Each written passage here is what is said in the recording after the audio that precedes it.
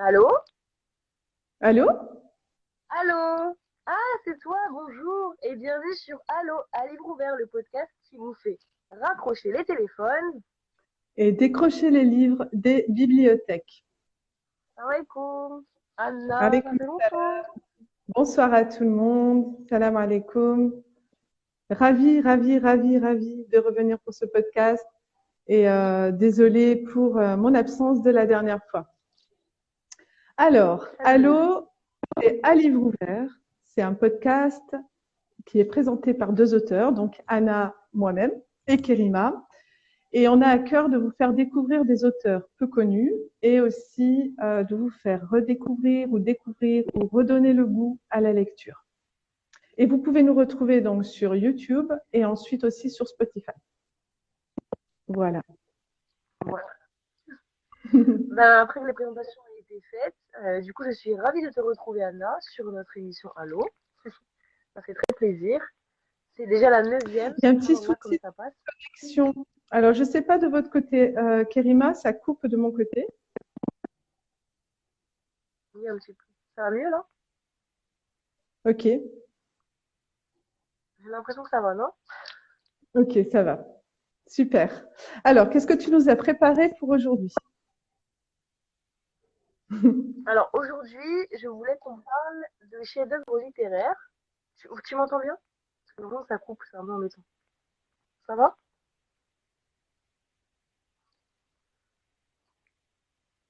Ça coupe un peu, je pense. Tu m'entends ou pas? Euh, Ça coupe un peu.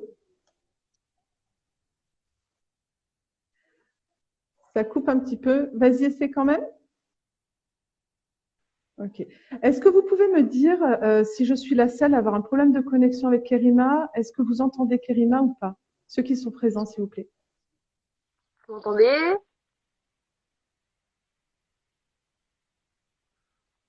Anna, tu m'entends? Oui, là, je t'entends. Mhm. Je crois que c'est mieux, je me suis mis en 4G, je crois que c'est mieux. Ok. Bon, bismillah. Bon, on va essayer de faire mieux. Donc, ouais, ça coupe un peu. Est-ce que ça va mieux? Juste qu'on soit vraiment clair pour pas que ça soit embêtant tout le temps. Ok. Si c'est compliqué que ça coupe beaucoup, est-ce qu'on reviendrait pas là sur le live pour avoir une meilleure connexion? Est-ce que ça changerait quelque chose ou pas? Je sais pas. Tu veux qu'on réessaye? Alors, tous ceux qui sont présents, je vois il y a 8 personnes. Vous promettez de revenir si on coupe et on revient. D'accord? Mais attends, ça a l'air d'aller là, Anna, non? Là, ça a Ok? l'air d'aller, non? Ok. Donc, on continue? Oui. Allez, bismillah. Donc, Bismillah. Donc aujourd'hui, je vais vous parler d'un chef-d'œuvre littéraire et en particulier de Marcel Proust. Donc je ne sais pas si vous savez pourquoi Marcel Proust, Anna, je te demande à toi, il était connu.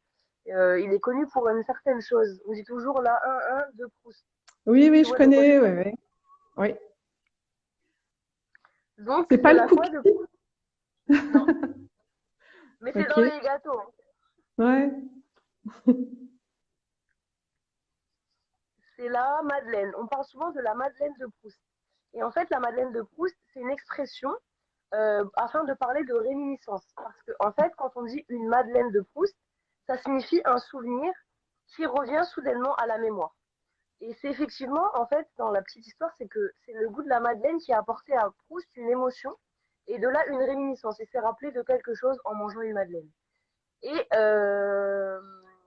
mais ce qui est drôle, c'est que la fameuse Madeleine de Proust, non, elle a failli être remplacée par, dans les premiers temps, par du pain grillé, et dans la deuxième version de son premier ouvrage du côté de chez Swann, par une biscotte. Donc, on aurait dit la biscotte de Proust. C'est un peu moins romantique que la Madeleine, c'est un Mhm. côté un peu, voilà. Donc, et finalement, c'est la Madeleine qui l'a emporté. Et ce qui est drôle, c'est qu'on va voir avec notre invité du jour comment, d'un souvenir, en fait, d'une réminiscence, on peut en venir à faire quelque chose, à créer quelque chose, en fait. D'un mauvais souvenir, comment on peut en venir à créer quelque chose. Donc, d'un choc ou d'un traumatisme, on peut créer du positif. Donc, voilà. Et c'est la raison de son ouvrage qu'on va présenter tout à l'heure. Inch'Allah.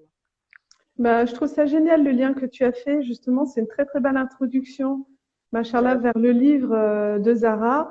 C'est vraiment comment, à partir de quelque chose de traumatisant, de négatif, on peut renaître et puis ressortir de la beauté de tout ça et de la force surtout. Oui, c'est exactement ça. Alors moi je voulais vous parler. Rappel du jour. Ouais, moi c'est pas en lien du tout avec avec l'invité du jour, mais j'avais très très envie de vous parler d'un livre que j'aime beaucoup, que j'ai lu, je pense, au collège et qui s'appelle Fahrenheit 451. C'est une dystopie de Ray Bradbury et j'aime beaucoup ce livre déjà parce que il était visionnaire et que 70 ans plus tard à peu près, c'est les années 50, je trouve que ça c'est un petit peu la société actuelle. Donc, un résumé rapide, c'est une société où les livres sont interdits, où les livres sont brûlés par des pompiers pyromanes. Donc, le personnage principal qui s'appelle Montag, c'est vraiment un chef des pompiers et donc ils vont perquisitionner les maisons, ils fouillent les maisons, on se croirait vraiment en dictature. Enfin, c'est une dictature. Et ensuite, ils brûlent sur la place publique les livres pour bien faire comprendre aux gens que c'est dangereux de réfléchir, que c'est dangereux de lire et qu'il vaut mieux regarder les écrans. Parce que dans ce livre qui est écrit dans les années 50, on a des écrans géants. Ils appellent ça les murs écrans. Et quand il rentre chez lui et qu'il voit sa femme, ils sont un petit peu shootés aux médicaments anxiolytiques, etc. Il la voit affalée devant l'écran. Elle prend les animateurs de télévision pour des membres de la famille. Elle les appelle ma famille. Enfin, on est vraiment dans une dystopie inquiétante et en même temps visionnaire. Et un jour, il rencontre une femme et c'est une jeune femme qui est un petit peu à part, qui se sent à part et qui lui pose une question. Il la rencontre, je crois, dans le bus ou le métro, je sais plus, et qui lui pose une question avant de partir. C'est êtes-vous heureux? Et cette question, ça va être un petit peu un déclencheur. Et en rentrant chez lui, il va se rendre compte que ni lui ni sa femme ne se rappellent de leur première rencontre. Personne. C'est vraiment la déshumanisation des liens. Et je ne veux pas raconter tout le livre. Bien sûr, vous pouvez le trouver sur Internet. Vous pouvez le trouver surtout dans vos médiathèques. Vous pouvez aller l'emprunter, c'est un grand classique. Et il y a Truffaut qui en a fait un film, un petit peu à l'ancienne, mais voilà. Et à la fin, bien sûr, je vous raconte pas la fin d'ailleurs. Est-ce que tu te sens heureuse ou pas? Pardon? Tu te sens heureuse ou pas? Moi, est-ce que je me sens heureuse? Non, est-ce que c'est la fin du livre, elle est heureuse ou pas? Ah, tu vois, moi, j'allais parler de moi. Est-ce que la fin est heureuse? La fin est heureuse? Oui et non. Et si tu veux, on en rediscute quand tout le monde l'aura lu parce que je veux pas spoiler, mais oui et non. Oui et non. Ça laisse à réfléchir en fait. Ouais, exactement, exactement. Voilà, c'était ma petite présentation sur un livre que j'espère que vous aurez envie de découvrir. Et qu'est-ce que tu en penses si on fait venir notre invité? Oui. Ouais. Alors, tu l'as? Alors, on va donner son prénom, comme ça le suspense est levé. C'est Zara. Khalil, c'est ça? Zara, oui. Naturopathie au quotidien.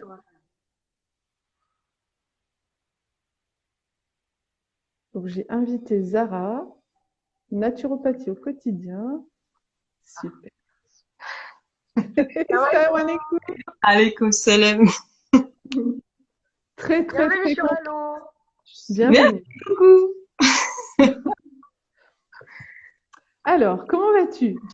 Alhamdulillah, très bien. Très bien, et vous? Alhamdulillah.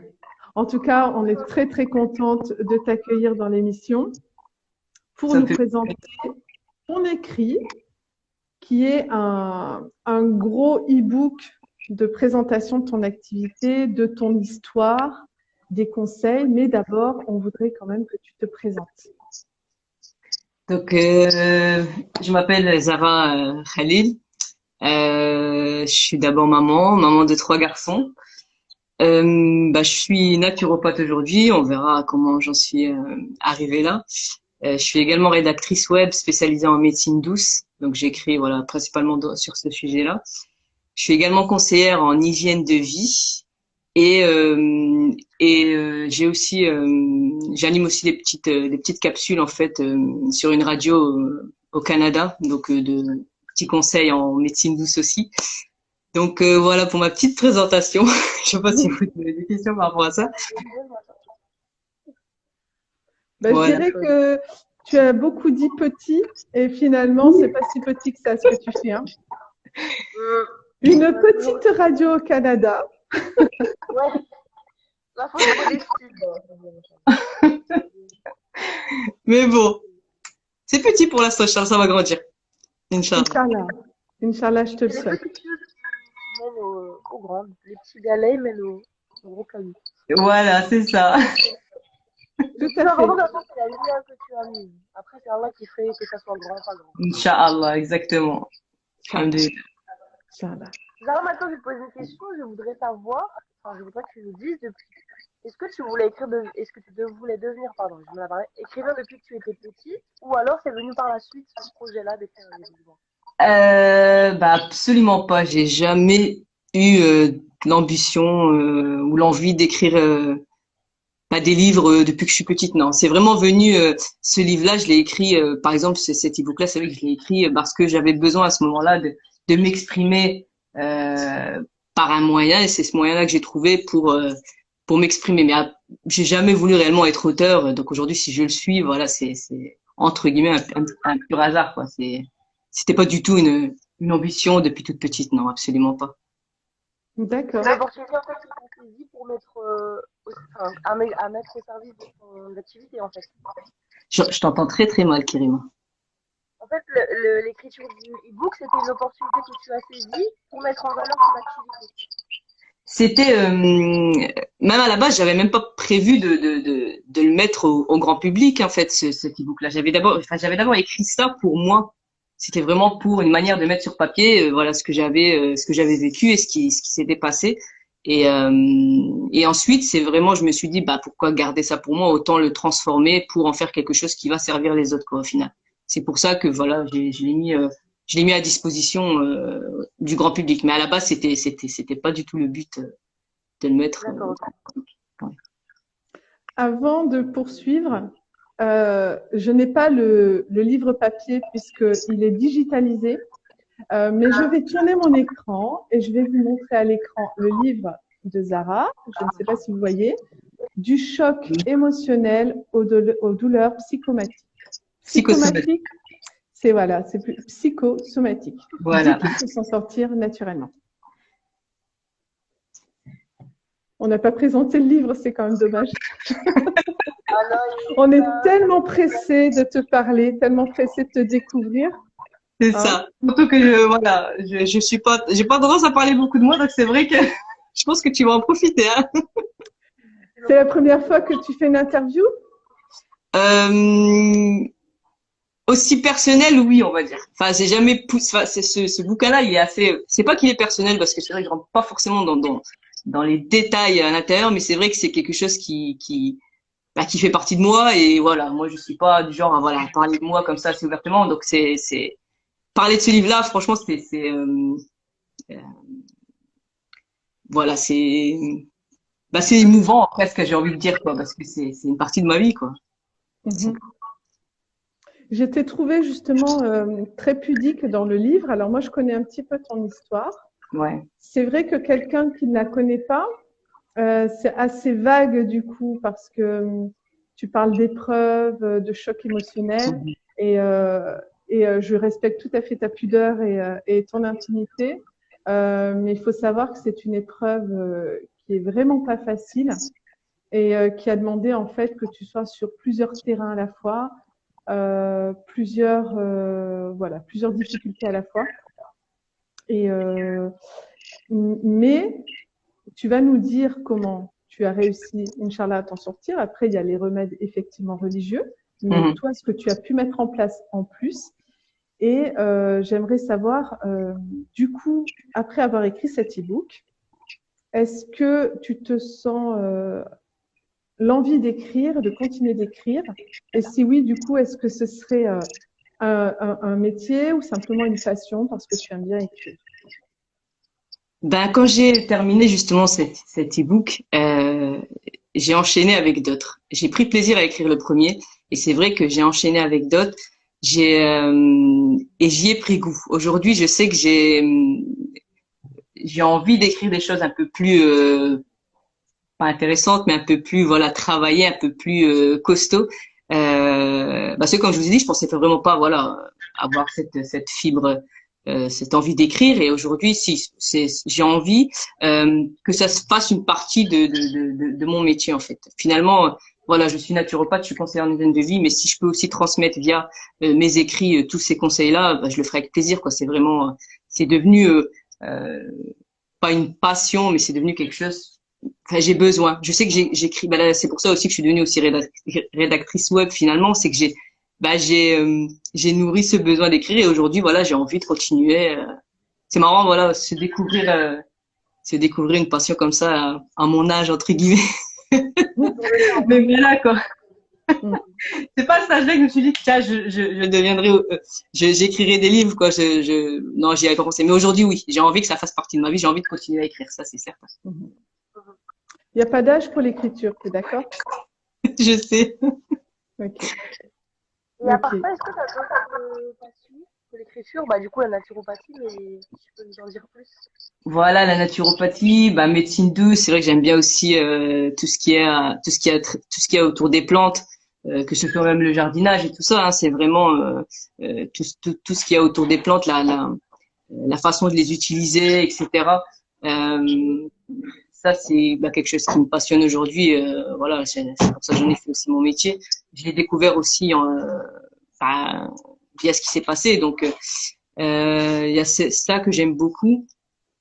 J'aime beaucoup aussi, comment dire, transmettre en fait, que ce soit avec les jeunes publics ou des publics adultes. Ça, c'est quelque chose qui est en moi.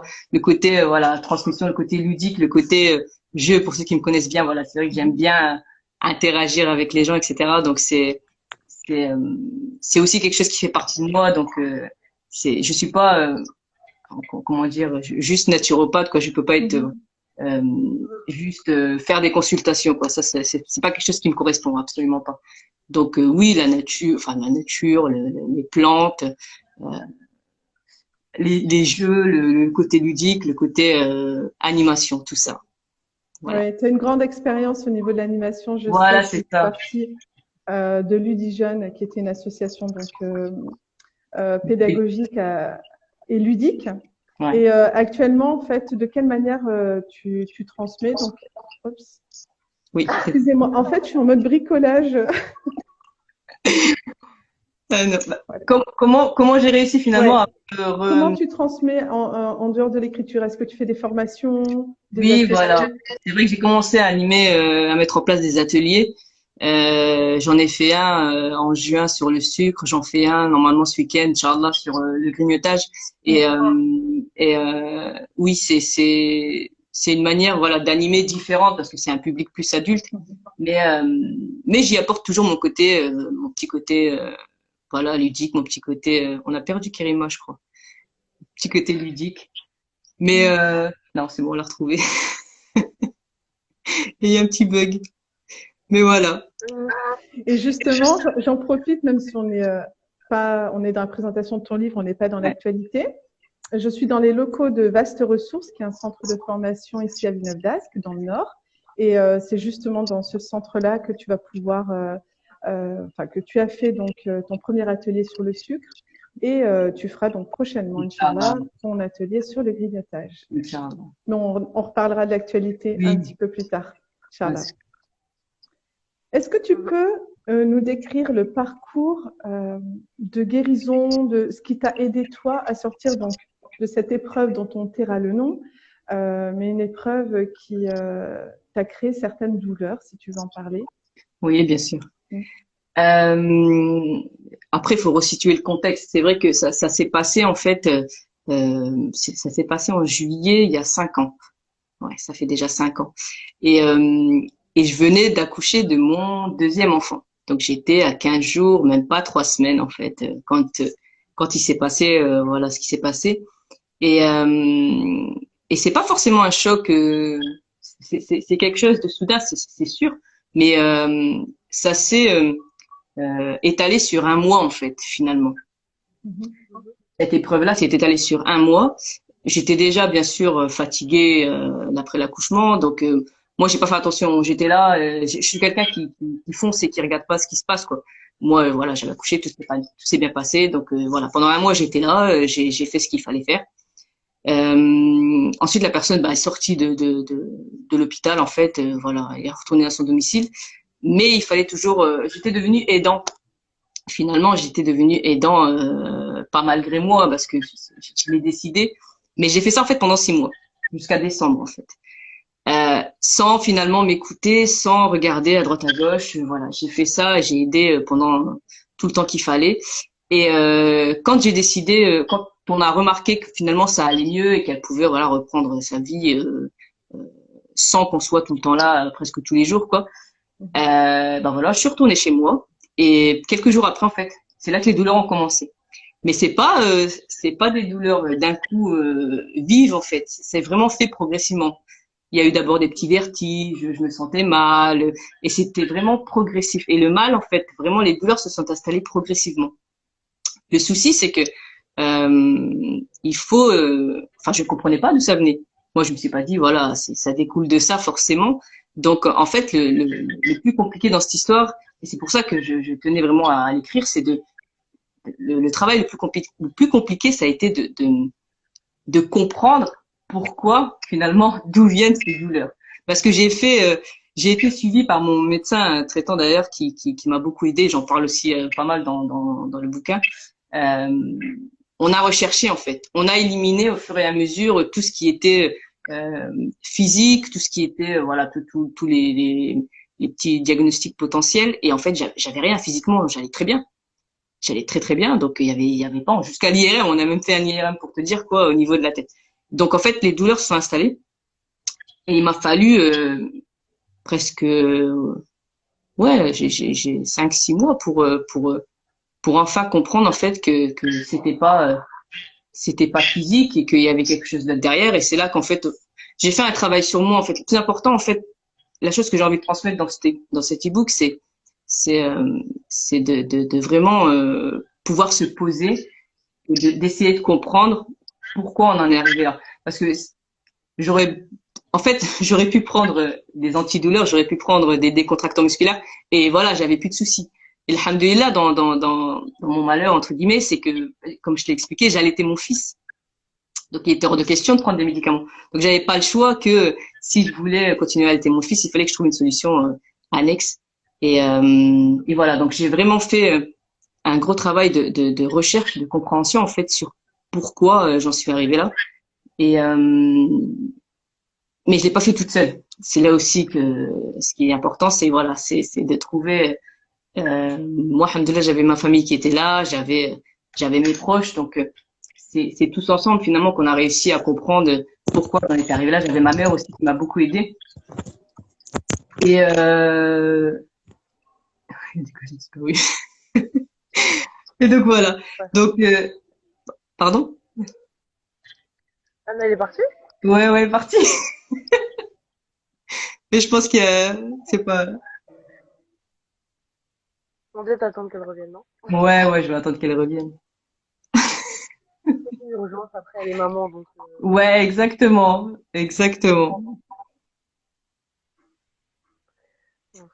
alhamdoulilah. Mais du coup, est-ce que ton e-book, je voulais juste savoir, tu l'as écrit en combien de temps? Pour, après, tu reprendras avec Anna, mais Oui, bien sûr. Je l'ai écrit. Ouais, je pense que je l'ai écrit en peut-être une semaine, 15 jours. En fait, j'écrivais le soir. À ce moment-là, j'étais toute seule chez moi et j'écrivais. Tu sais, quand on dit qu'on écrit au kilomètre, j'écrivais vraiment tous les soirs un petit peu quelque chose histoire d'extérioriser. Et je crois qu'en 15 jours, il est sorti brut. Et ensuite, voilà, j'ai pris encore. Quand j'ai décidé de publier, je l'ai retravaillé pour qu'il soit tout simplement plus présentable. Mais sinon, j'écrivais vraiment au kilomètre, quoi. d'accord. Ok. Anna, ça va? Est-ce que t'es Ça partie? va, excusez-moi.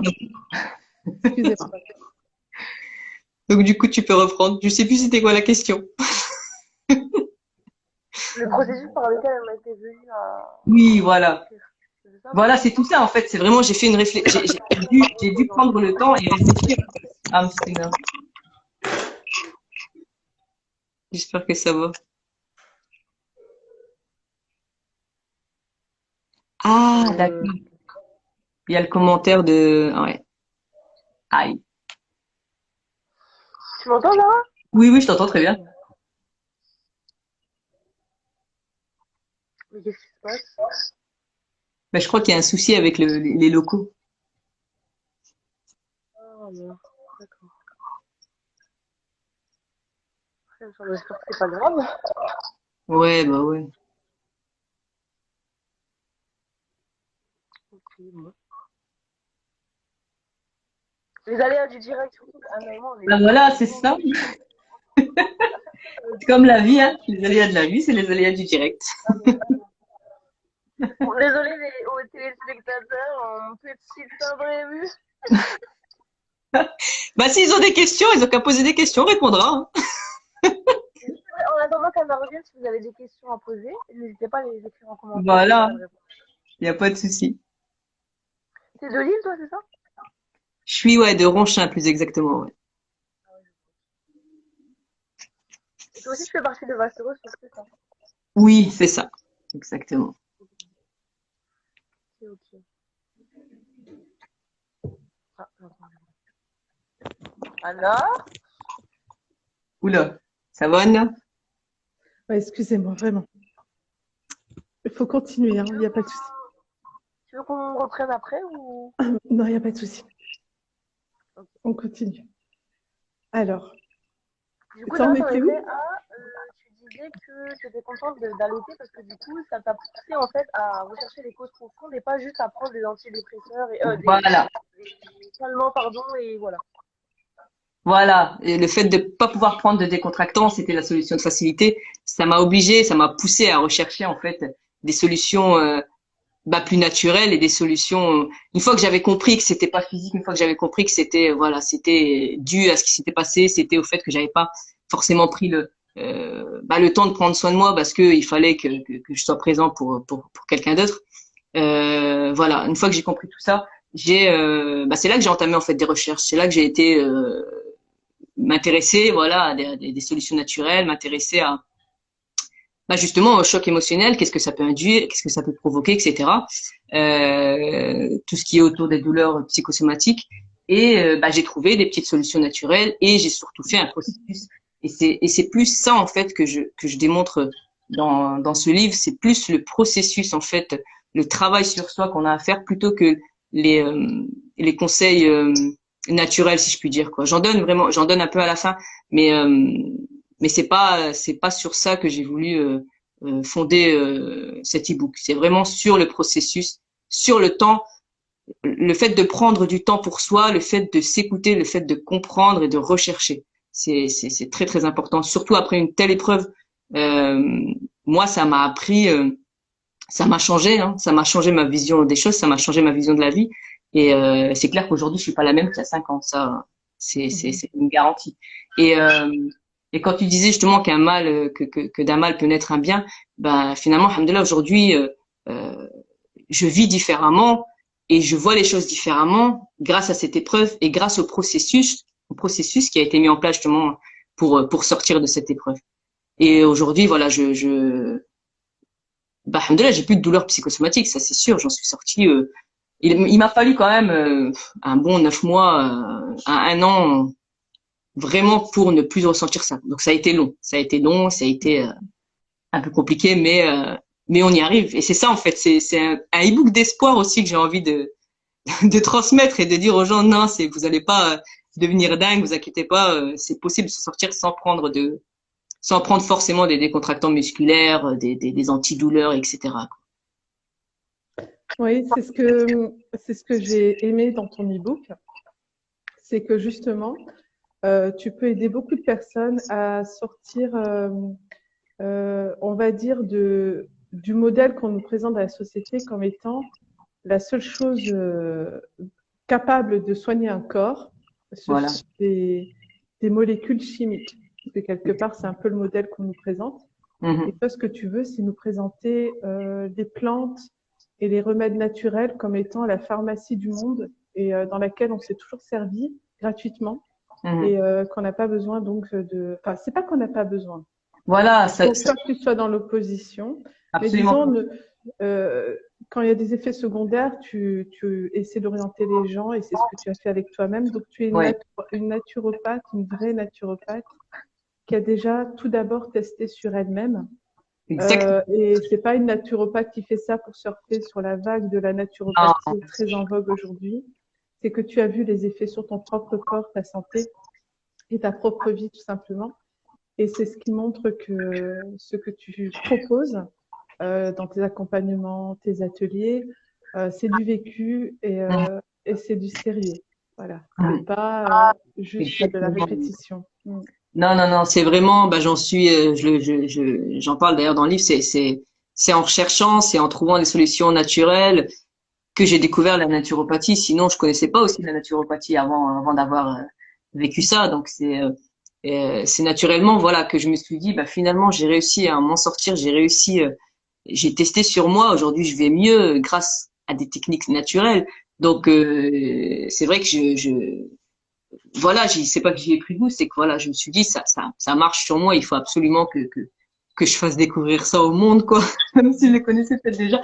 Mais voilà, je me suis dit ce serait dommage de ne pas me servir de cette expérience-là justement pour aider et pour aider, sachant que je peux comprendre justement, quelqu'un qui vient me voir en consultation qui me dit je souffre voilà de douleurs, de maux de tête, etc.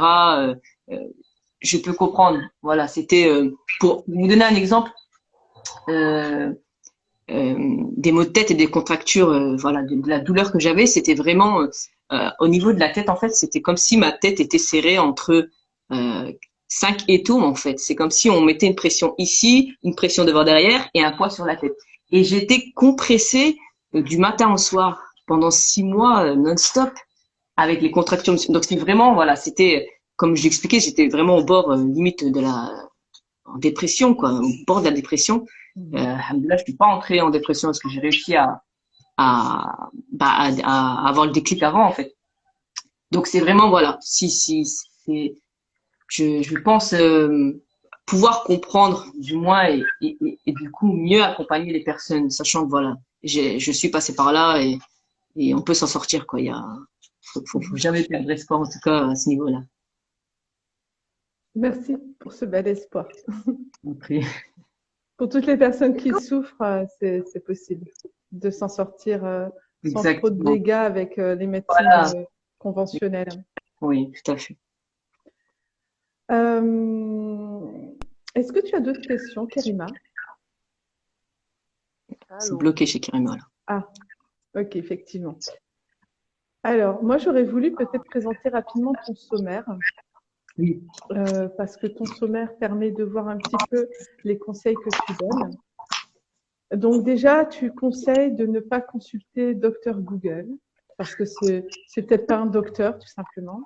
Exactement. C'est ce qu'on fait tous et toutes hein, en général dès qu'on a quelque chose. Ah bah tiens, on va regarder comme si en face on avait un docteur en face de nous qui serait capable de nous dire ce qu'on a. Mais Mhm. c'est une mauvaise habitude en fait que les gens ont et surtout dans des cas extrêmes comme ça, c'est vaut mieux éviter parce qu'on peut tomber ok sur certains conseils qui sont bons, mais on peut tomber aussi sur des choses et je l'explique d'ailleurs qui vont vous déprimer quoi. Donc à éviter. Ensuite, tu nous... Vous m'entendez? Allô? Parce que j'ai Je Oui, t'entends, Vous m'entendez? Oui, ça n'arrête je pas de t'entends, oui. Je suis vraiment désolée. Je t'entends, mais pas super bien. Je t'entends un peu. Ouais. on entend de loin. Ouais, de loin et entrecoupé. Ok, bon. Du coup, je vais poursuivre avec le sommaire. J'espère que ça va aller, Kerima, avec ta connexion. Ça va s'améliorer. Donc ensuite, tu conseilles, ton deuxième conseil, c'est de parler et de se confier. Est-ce que c'est quelque chose que tu as dû travailler à Ah moi c'est réussir à te quelque confier? chose ouais c'était très compliqué pour moi. Ça a été une sacrée épreuve parce que je suis pas du genre justement à me confier et à parler de moi.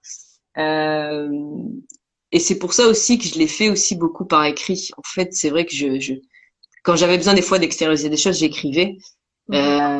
Pour ce qui est des douleurs et pour ce qui est des contractures, tout ça, c'est vrai que je voyais régulièrement mon médecin parce qu'on était en train d'essayer de comprendre. Donc voilà, j'en parlais avec mon médecin.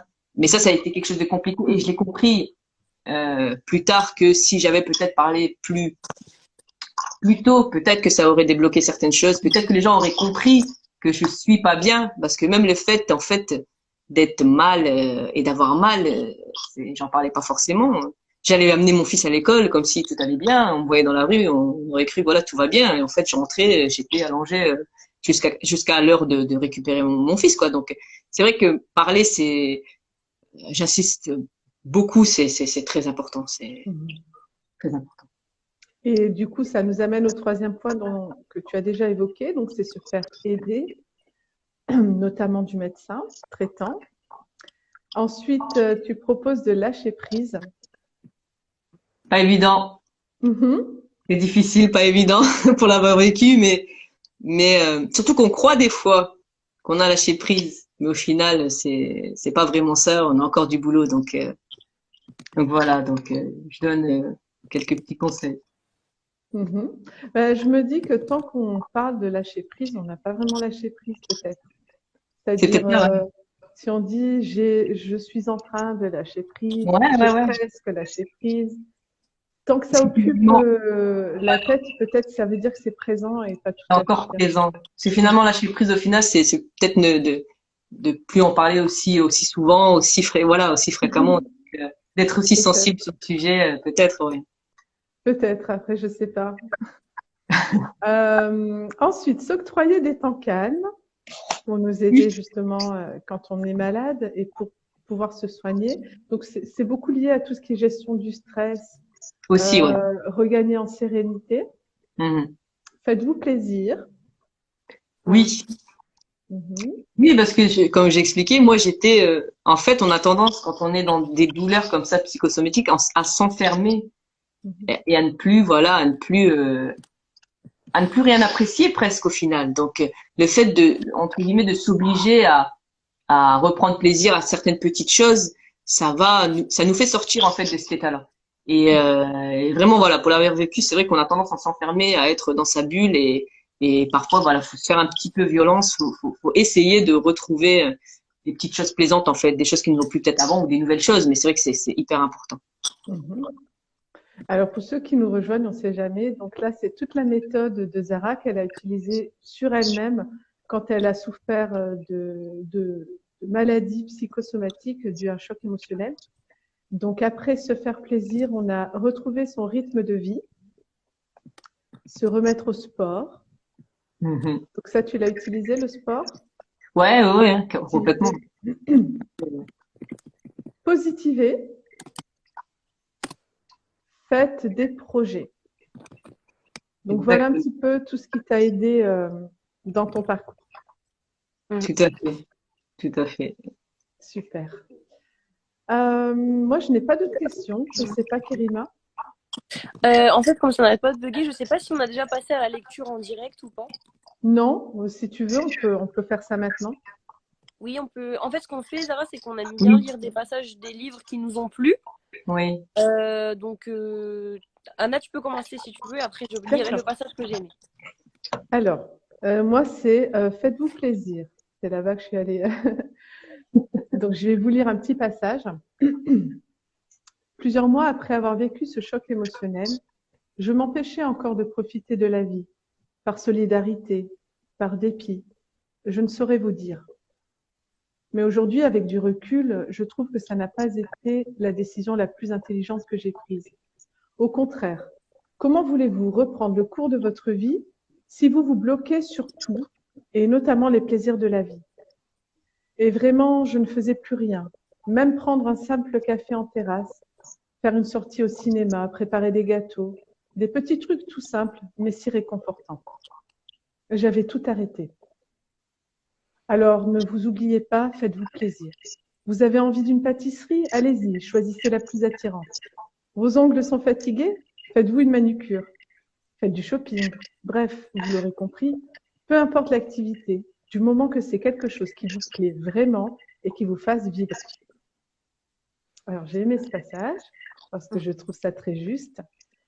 Et je pense qu'on a parfois tendance à s'auto-punir et puisque tu souffres, puisque tu fais mal les choses, puisque tu es quelqu'un de pas bien, tu n'arrives pas à faire ça, eh ben, tu as droit à rien, ni repos, ni plaisir. Et ça, c'est une espèce d'autoflagellation mentale, un petit peu sacrificielle en fait, comme si se rajouter de la souffrance à la souffrance nous rendait meilleurs ou plus pieux ou comme si on allait expier des péchés en s'en rajoutant. C'est-à-dire que certes, les épreuves sont une purification, mais Allah, il ne nous a pas demandé de nous martyriser nous-mêmes. Absolument pas. Il nous a demandé de respecter notre corps, notre vie, notre santé mentale, physique, etc. Oui. Et si Allah a créé les plaisirs, c'est pour y accéder. Et il y a bien sûr les plaisirs interdits, qui sont peu nombreux au final, qui sont peu nombreux et qui sont bénéfiques. Le fait que ce soit interdit, c'est bénéfique. Et on a tout le reste des plaisirs qui sont là pour nous, à notre portée, pour nous donner peut-être un petit avant-goût du paradis. Faut pas oublier qu'on vient de là-bas, à la base. Et donc, dans la vie, il y a les souffrances, mais il y a aussi beaucoup de jouissances. Et j'ai aimé ce passage parce que ça nous permet de nous rappeler que c'est important de ne pas oublier cette partie-là de notre vie. Exactement. Et ce qui est blâmable, ce sont les excès de plaisir, puisque les excès mènent à des maladies, l'obésité, la paresse, l'oubli aussi. Ça mène à l'oubli parce qu'on oublie, si on n'est que dans les plaisirs, on oublie aussi le but de la vie. On oublie un peu les autres aussi parce qu'on va être uniquement absorbé par la recherche de nos propres plaisirs. Et à quel moment, du coup, on va être capable de sacrifier nos propres plaisirs pour le plaisir de l'autre aussi. C'est tout un équilibre. Et aussi, l'excès des plaisirs, ça mène à la dépendance, puisque quand on accède à un plaisir, on a, je pense, hein, tu me corriges si c'est faux, mais la dopamine, qui est l'hormone du plaisir et qui donne cette envie d'y retourner. Et donc, si on fait ça sur certains plaisirs terrestres et qu'on exagère, on va créer cette forme de dépendance qui fait qu'on va y aller de plus en plus souvent. Et donc, s'éloigner de plus en plus d'une dépendance qui du coup est bénéfique, qui est la dépendance à notre Créateur et au souvenir de notre Créateur. Voilà pourquoi j'ai aimé ce passage. C'est très émouvant le fait que tu le lises, le fait d'entendre, c'est la première fois que j'entends en fait un passage de mon livre qui est lu, et c'est une autre approche, ça m'impressionne presque d'entendre en fait comme si c'était pas moi qui avais vécu ça en fait. C'est marrant. Qu'est-ce que ça te fait? C'est ce que ça me fait, et ça me fait même me rendre compte peut-être de l'évolution et comme si j'étais plus voilà, aujourd'hui c'est derrière moi, mais voilà, j'ai vécu ça, mais c'est vrai que je le vois un peu de l'autre côté du miroir quoi, donc c'est un peu ça fait bizarre. Vraiment. On dirait que c'est pas moi qui l'ai écrit en fait. Si. C'est toi. Mais merci en tout cas pour la lecture. Avec plaisir. Et je sais que Kerima aussi a un passage à te lire, un petit cadeau. Avec plaisir. Si elle nous entend. Oui, Kerima. j'espère que ça va marcher parce que c'est. Là, on t'entend mieux. Ouais. Je suis vraiment désolée. J'essaie de faire au mieux. Alors, donc le passage que j'ai bien aimé, c'est à partir de la page 14. Donc, s'octroyer des temps calmes, qui n'a jamais rêvé de tout effacer et de commencer une nouvelle vie. C'est presque ça l'idée, sauf que là, on va juste nettoyer le terrain, c'est-à-dire reprendre son souffle pour mieux repartir après. Repartir sur une base saine, tant physique que psychologique. Si vous êtes plus spirituel, n'hésitez pas à méditer aussi. L'important, c'est de marquer l'arrêt, de stopper toutes agitations physiques et psychologiques, et ce, un peu tous les jours. Le corps et l'esprit sont intimement liés, les deux doivent aller mieux pour pouvoir se sentir bien. Donc, ce que j'ai bien aimé dans ce passage-là, c'est encore une fois le côté de la spiritualité, de la méditation, et forcément qui me rappelle un peu les exercices spirituels qu'Allah nous demande au niveau du dhikr, et qui est en fait un peu une déconnexion de la vie mondaine, de la vie dans laquelle on passe notre temps à courir, on est agité, on pense à ci, à ça, à ci, à ça. Et en fait, on oublie de reprendre le carburant qui est la reconnexion avec Dieu. Parce que c'est avec ce carburant qu'on pourra courir partout. Et nous, on oublie souvent d'avoir des temps calmes dans la journée. Et c'est vrai que la méditation, moi je l'appelle le dhikr, mais la méditation religieuse ou quelle qu'elle soit, en fait, ça permet de se recentrer sur soi et sur notre essence, Voilà. qui est divine. Et je trouve que c'est important aussi de parler du fait de reprendre un peu le contrôle de ses émotions et de réinvestir un peu notre énergie, que ça soit sur nous ou sur le divin, en tout cas, de réinvestir un point focal, en fait. Parce qu'on est vraiment beaucoup dispersés. Et j'ai trouvé ça bien comme conseil, parce qu'on entend rarement des conseils de ce type. Machallah. Barakallahu fikum, en tout cas, ça fait, c'est impressionnant. Mais comme je dis, c'est drôle, hein, mais j'ai vraiment pas l'impression, quand c'est lu, que c'est moi qui l'ai écrit. Comme si c'était, je sais pas, on pourrait peut-être m'expliquer pourquoi, mais c'est vrai que, après, c'est la première fois qu'on me lit un passage de ce livre. Et, donc ouais, ça fait remonter aussi. C'est pas le syndrome de l'imposteur, Anna, c'est pas ça? Ça peut être ça, et ça peut être aussi parce que c'est comme, vu que ça sort d'une autre bouche, même si ce sont ses paroles, mais ça sort d'une autre bouche, du coup, elle se dissocie complètement du texte, en fait. Ouais, Ça- voilà. Et puis, c'est vrai que l'entendre, c'est vraiment pas la même chose que parler. Et c'est pour ça que les lectures lues, c'est intéressant aussi. Avant, on était dans l'oralité, les transmissions se faisaient à l'oral, et je pense que ça développe quelque chose qui est différent par rapport à la simple lecture. Bah, je confirme à 100%, hein, c'est absolument pas pareil. Et non, mais à l'occasion, je me ferai lire ce que j'écris par d'autres personnes pour voir comment ça fait écho en moi, en fait. Ouais, c'est intéressant. C'est un bon exercice. Ouais. Ouais. C'est vrai, quoi, c'est... Merci, en tout cas, vraiment, pour d'avoir choisi. Je m'attendais pas à ce que vous lisiez des extraits comme ça, donc ça me fait plaisir, ça me touche, en tout cas. Avec Dans plaisir. Allo, on surprend toujours les invités. Voilà. En général, ouais. En général, Des fois, avec c'est pas en la bien. Non, c'est bien. En tout cas, pour te donner mon avis et pour aller tout doucement vers la conclusion, j'ai trouvé que c'était un e-book qui donnait de l'espoir aux personnes malades, qui est basé sur une histoire vraie, donc ça j'apprécie beaucoup. Et puis à la fin, il y a aussi des bonus avec des conseils pour avoir une journée un peu idéale, sans stress, des plantes anti-stress, etc. Donc voilà, c'est très bien fait pour toute personne qui pense souffrir de maladies psychosomatiques, de se procurer ton livre. Voilà. Merci. Alors, et quant à moi, pour donner mon avis, bon, alors moi c'est un peu spécial parce que j'en avais parlé avec Anna avant, c'est que moi je suis quelqu'un que j'ai toujours détesté. En fait, je pensais que quand j'ai lu ton livre, quand j'ai en tout cas vu la couverture, Ouais. je pensais que c'était un manuel de développement personnel. Et tout le monde sait que je déteste ça. Mais c'est pas que je déteste ça, c'est en fait ce que je déteste, c'est un peu la vibe dans laquelle on est, le mood un peu, vous l'avez dit au début, développement personnel, naturopathie, tu sais, tout le monde en fait et je trouve que ça a plus de sens en fait. Et je me suis dit, oh non, j'espère que c'est pas ça encore. Mais en fait, je me suis rendu compte que ça allait plus loin que ça parce que c'est comme Anna l'a dit, ce qui est bien, c'est que tu pars de ton expérience. Et du coup, il y a un autre point de vue parce qu'on sait que ça vient d'une personne qui l'a vécu. Donc tout de suite, ça a plus de cachet, d'authenticité. Tu vois ce que je veux dire? Donc, je n'ai pas jeté l'opprobre sur ton ouvrage, ne t'inquiète pas. J'ai apprécié du coup parce qu'il a aussi un objectif derrière, c'est pas juste du développement personnel pour dire la recette un peu miracle, un peu de religion, un peu de spiritualité.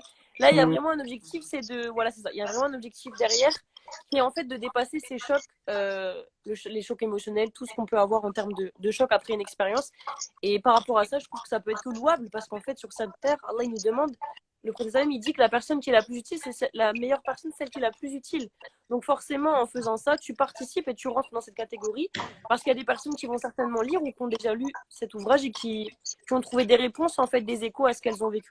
Donc forcément, on peut que t'encourager et te dire félicitations. Et j'espère que tu vas continuer sur cette voie, à nous prendre plusieurs petits e-books et pourquoi pas des livres aussi papier, c'est bien aussi. Hein. Les e-books, c'est bien. Inch'Allah, Inch'Allah. J'aime bien les livres papier. Bah, j'avoue, moi, moi, je me suis imprimé un exemplaire hein, parce que j'ai besoin de l'avoir papier. Donc voilà, j'aime aussi lire comme ça. En tout cas, merci beaucoup pour. Ça va où? Je dis ça va tu. Vous avez. C'est vrai que le fait de se retrouver finalement face à des personnes qui vont parler du book, c'est parce que les lecteurs qui ont déjà lu me font pas forcément un retour aussi poussé comme ça et ça fait plaisir d'avoir un retour comme ça. Sur le contenu et ce que vous en pensez. D'ailleurs, je tenais à préciser aussi que avant de le mettre en ligne, c'est vrai que je l'ai fait lire à une psychologue diplômée d'État et je lui ai demandé avis, est-ce que cet e-book sera utile ou pas? Moi-même, je doutais en fait de l'utilité de partager ça, de partager mon expérience. Et en fait, elle m'a dit non, vas-y, y a pas de souci. C'est au contraire, voilà, si ça peut ne serait-ce que donner de l'espoir ou si ça peut, voilà, montrer aux gens que c'est possible, fais-le, voilà, fais-le et ouvre-le aux gens, quoi, tout simplement. Hein. Donc en tout cas, merci beaucoup. Ça fait plaisir d'avoir vos avis d'experte. Oui, bah, en tout cas, merci d'avoir accepté l'invitation. On mettra dans la barre d'infos l'endroit où on peut se procurer ton livre. Inch'Allah. Et on terminera avec l'actualité. Donc, quelle est ton actualité, Zara? Alors, dans quelques jours, Inch'Allah samedi, normalement, je représente un atelier sur le grignotage, justement. C'est ma casquette de conseillère en hygiène de vie. C'est voilà, c'est comment, pourquoi, pourquoi et comment limiter justement le grignotage, les impacts sur la santé, etc., les astuces pour réduire sa fréquence. Donc ça, c'est ce samedi à Villeneuve-d'Ascq, donc dans les locaux de Vaste Ressources. Ensuite, j'ai une newsletter en fait. Je fais paraître en fait une revue. La preuve, c'est que voilà, comme j'ai aimé écrire, bah voilà, j'ai créé une petite revue sur la naturopathie qui paraît donc une fois par mois. Il suffit de s'abonner en fait à la newsletter et vous la recevrez. Et voilà, je continue les consultations. D'ailleurs, c'est aussi en partie dû à cette histoire. C'est aujourd'hui, je me suis spécialisée justement dans les douleurs chroniques.